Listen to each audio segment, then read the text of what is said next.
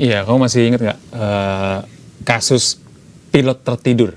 Ingat Ya kan? banget, ini sempat viral beberapa waktu lalu, bahkan sampai sekarang masih banyak diperbincangkan ya, Gede ya. Betul. Nah, berikut ini pemirsa, kasus co-pilot Batik Air yang tertidur pada rute penerbangan Kendari Jakarta ini sempat menghebohkan masyarakat. Dan kini KNKT masih terus melakukan preliminary report investigation serta mengimbau perlu adanya kedisiplinan dan kejujuran pada penerapan standar operasional aviasi di Indonesia. Ya, dan ini ada perbincangan Comar Haenda pemirsa bersama dengan Ketua Komite Nasional Keselamatan Transportasi atau KNKT, Suryanto Cahyono. Dunia aviasi Indonesia dihebohkan dengan insiden pilot dan juga co-pilot dari Batik Air yang tertidur selama 28 menit dari perjalanan dari Kendari menuju ke Jakarta. Lantas seperti apakah investigasi yang dilakukan oleh Komite Nasional Keselamatan Transportasi? Sudah bersama dengan kami Bapak Suryanto Cahyono selaku Ketua KNKT. Apa kabar Pak? Baik Mas. Baik, Bapak sejauh ini investigasi yang dilakukan seperti apa? Karena tentunya ini sangat menghebohkan masyarakat dan juga membuat masyarakat khawatir, utamanya yang menggunakan transportasi udara. Sebetulnya untuk investigasinya masih berlangsung, tapi yang ada itu namanya preliminary report. Nah, preliminary report itu setelah kita lakukan assessment bahwa itu dikategorikan sebagai serious incident atau accident. Dalam hal ini kita klasifikasikan sebagai serious incident, maka dalam waktu 1 bulan sesuai dengan aturan PP 62 dan IQ Anek 13, maka KNKT harus mengeluarkan preliminary report. Preliminary report itu isinya adalah data faktual. Tidak ada kesimpulan, tidak ada analisa.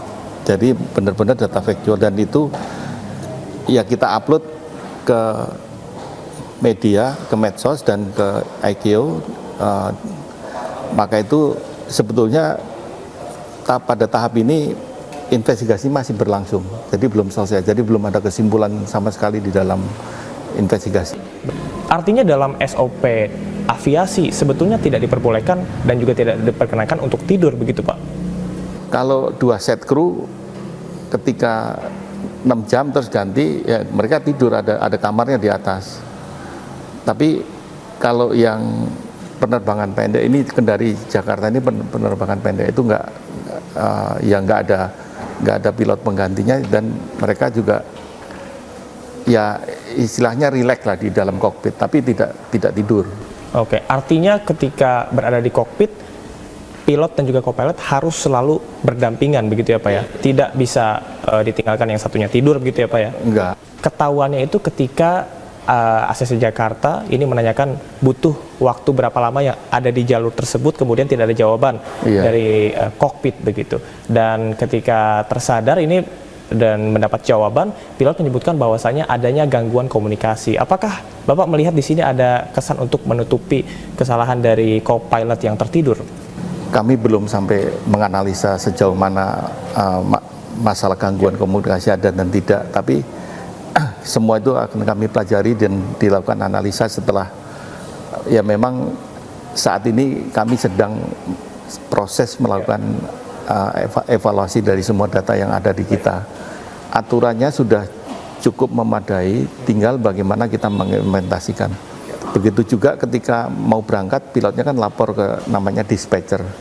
Nah, di situ dilakukan briefing dan ditanya apakah kamu fit untuk flight. Nah, siap untuk kerja begitu, untuk flight begitu ya. Fit for flight istilahnya. Kalau fit, mereka akan bikin pernyataan tanda tangan bahwa dirinya fit untuk terbang. Nah, jaring-jaring pengaman ini sebetulnya kalau dijalankan dengan normal, dan yang paling penting di sini adalah kita harus jujur pada diri kita, minimum pada diri kita sendiri.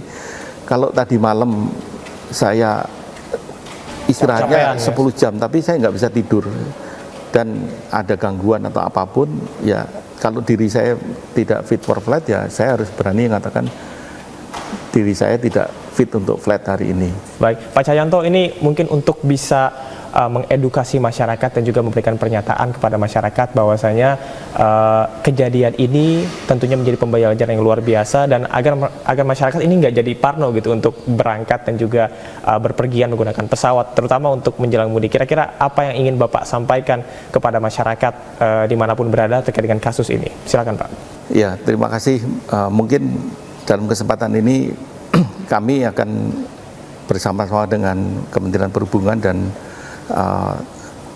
para asosiasi akan lebih mensosialisasikan bagaimana masalah kejujuran dan kedisiplinan untuk benar-benar kita mengikuti SOP aturan yang ada. Jadi aturan keselamatan penerbangan itu dimaksudkan untuk bagaimana kita supaya tetap selamat.